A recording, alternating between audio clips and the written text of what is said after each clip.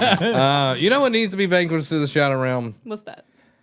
Microtransactions. FIFA 18 Ultimate Team microtransactions cause fan uproar.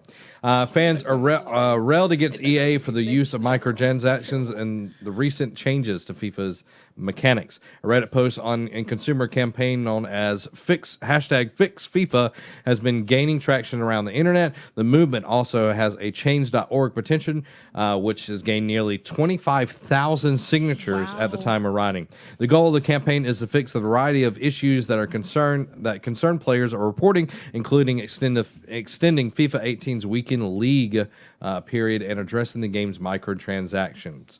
This isn't the first FIFA to use in-game currency of the popular Ultimate Team system or to have microtransactions, but players are finding the drop rates unreliable and believe that spending real money is more of a necessity to be competitive.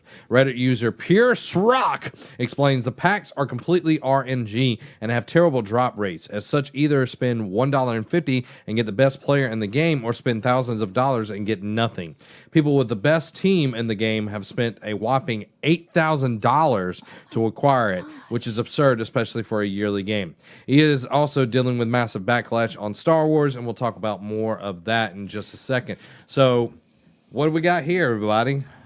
People hating microtransactions, and I, through my my Madden leagues that I play in, a vast majority of these guys also play FIFA. I'm not one of those guys, but they would always be, posting in the group, hey, needing somebody to help me play in FIFA. Yep. Or, they would always be talking about FIFA. Now they're like, nobody's playing FIFA in those groups. And these are people who, like, two of them coach soccer, and they're not playing FIFA. Wow. And, I mean, it's crazy that FIFA is one of the most beloved EA games.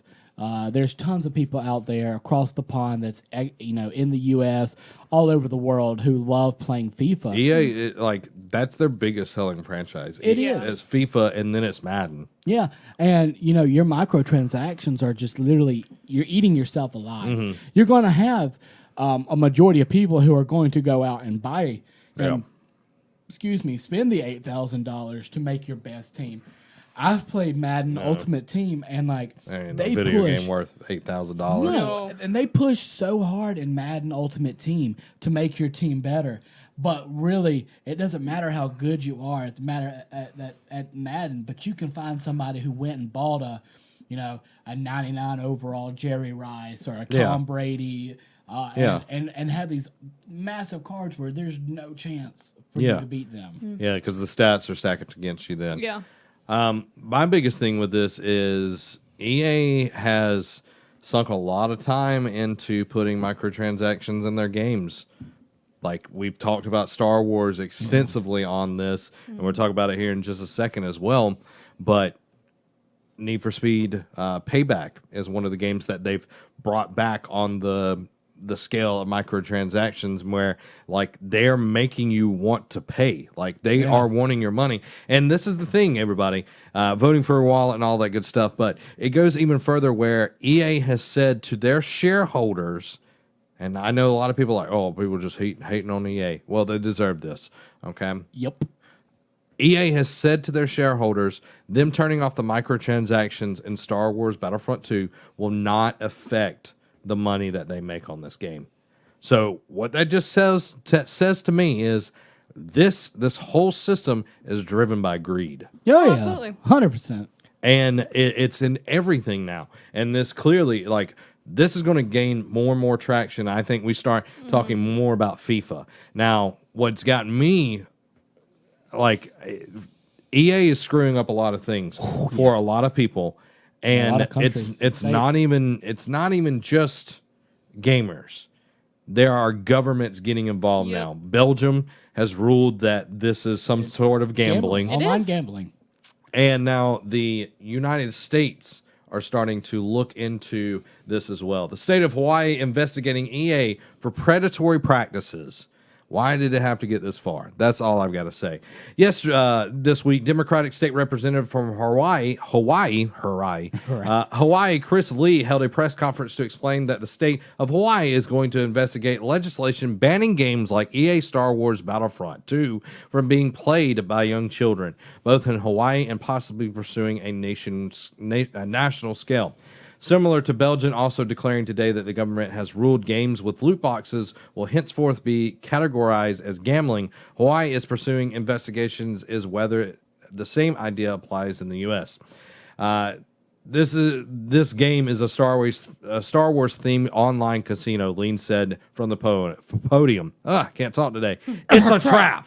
Now, I want to let you know what the definition of gambling is. Anytime that you spend money for a chance to win something is gambling. Yes. I gamble when I play the fantasy football on Daily Fantasy Sports because I'm paying money for a chance that my players will go off and make me money. In EA, Star Wars, FIFA, Madden, all these games, you are paying for a chance to get a rare card that's going to be better than everybody else's. Yep. I hate that it has to go as far as it's going, but I'm glad I'm seeing countries and states like Hawaii, Belgium be able to come up against EA and be like, listen, this is absurd, we have to put an end to it. Yeah, the thing that's scary, though, is we've seen this happen before, not with loot boxes, but anytime the government gets involved in gaming, it's a very bad thing, okay? Oh, yeah. But this is also, if EA would have trickled this and made it where, like, 5 years down the road, they got to this point, nobody would have ever said anything. I would have complained about it. But it wouldn't have been as wide scale, but they did it so quickly. It was so quick and everything, but anytime the government jumps on something with the gaming, that's why the ESRB was made. They were made to... There you go. They were made to lobby, and they were made to make sure and regulate the gaming industry as a whole. But a few months ago, the ESRB came out and said loot boxes are not gambling. We talked about this on the show. Clearly it is. It is. It's clearly gambling.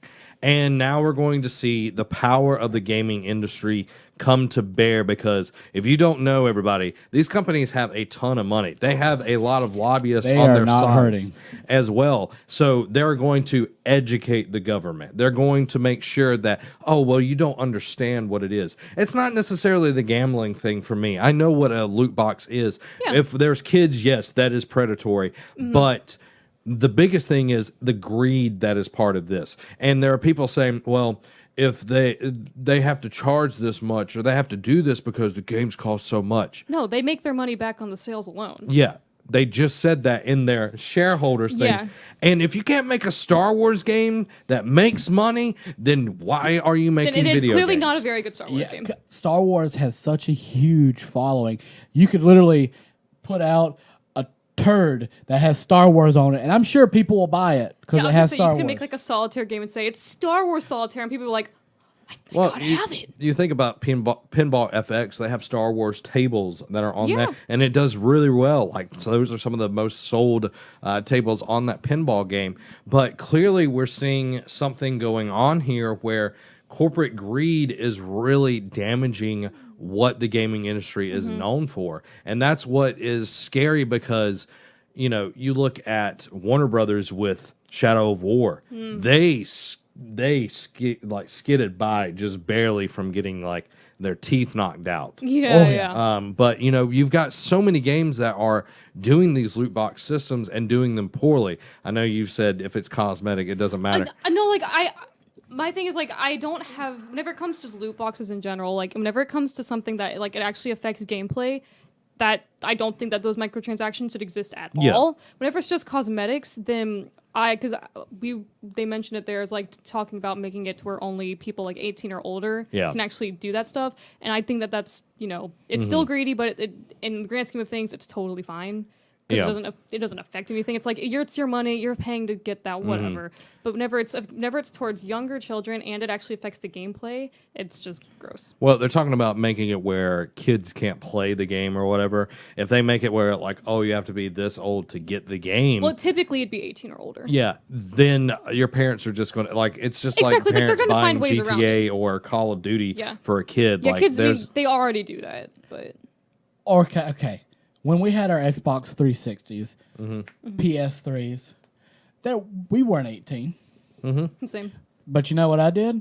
When I put my birthday in there, You lie. yeah. I lied. Well, and now I you said I was have born in digital cells 88. as well. Yeah, You know, like the gatekeepers, like the brick and mortar gatekeepers, are leaving. Like they're getting left in the dust because of what like the internet it's just so easy to get around them. So it's scary that this is going on, and I hate that the government is getting involved, but there has to be something. There has to be some backlash, and I can bet you right now Disney is ready to kill EA. No, never. I went and saw the Murder on the Orient Express last night, and there were a ton.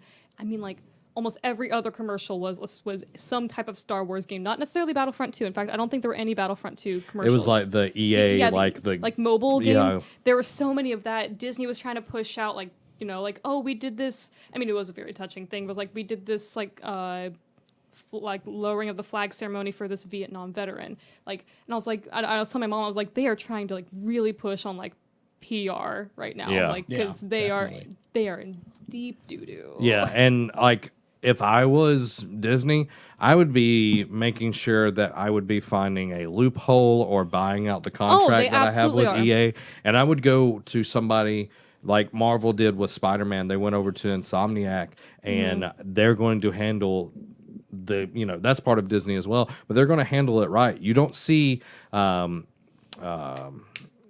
TT Games, like the Lego people, doing this with that property. No. You don't see all of these things being mishandled. When you have a company that is just fueled by greed, that is what you're going to get with EA, Activision, Blizzard. Those are some of the worst, and you just need to be looking out for that. I'm sorry, I took over. Like, No, it's with fine. I all will. that stuff. Out of the three, like, just be like in the grand scheme of things, like of all of Blizzard's games, Blizzard is the least terrible offender out of the three of them. They're still an offender. Well, Like, Activision, Blizzard are oh, one you're company. saying like Activision Blizzard has like Yeah, two? the Okay, I see. corporate structure, because you've got Call of Duty in there, and that's bad. Oh, that's right. Yeah, so Because I know that they did Destiny 2. yeah.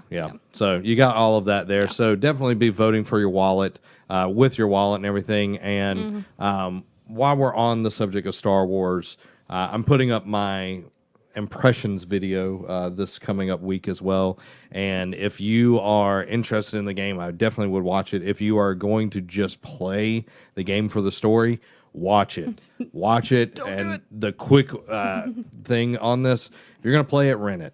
Do not pay $60 for this game. It is not worth it. And what they ham-fisted did in the campaign is an abomination. Yeah, from what you told me about this, because I want people to go watch your video, but from what you told me of the story, it was very cheap and lazy writing. Yeah, it was just bad. So don't waste your time Go on check that. out the video. Yeah. I mean, essentially, all you're getting is the first Star Wars Battlefront. Yes, it runs better, it looks better, but you're really only getting a multiplayer experience. Yeah, and my thing is, like, when we got Star Wars Battlefront 1, not the original, the one they put out in 2015, I enjoyed playing that game. Like, it was something that I looked forward to playing, but now, like, I don't look forward to playing Battlefront 2. Like, there's no fun in it. It feels like I'm, like, being looked and, like, pushed into buying loot boxes, and, like, it just feels dirty and, like, greedy, just, like, all of it. So, like, I know they've, like, retooled things, they brought things back, but that's because there was so much uproar over this. Yep. So, also, you need to be contacting your representatives. Yeah, we're at that because point now. net neutrality is trying to be repealed by the FCC. So if you haven't done that yet, please contact them. I'll try to put some links and all of that where you definitely. can contact your state representatives. Because if you don't know what net neutrality does, it makes sure that everybody is on an even playing field, that no one can monopolize or charge you extra for services. Let's say you have Verizon's internet or AT&T's internet. AT&T also owns Warner Brothers. Is that right? Yes, we Yes, I talked believe about so. that. Let's say they have that, and the AT&T comes out with some kind of service that is a streaming service, and which they do have. But anyway, let's say they are in competition with Netflix. If FCC gets rid of net neutrality, they can throttle your speeds for Netflix in favor of their stuff. Yeah. What essentially it is, it's able to slow down other places and speed up places that they want you to go to. To make you want to go to the faster. Yeah, websites. and we've all had cable at some point in time. I'm sure most people have, and where there's packages. If net neutrality is gotten rid of, and the FCC is really pushing this, like it is absolutely crazy that the FCC is in bed with these corporations. If you don't call, if you don't get people to, like, if you don't bend someone's ear and make sure that, hey, if you don't do this, then we're not voting for you, or you need to do your job, whatever it takes. Don't threaten people.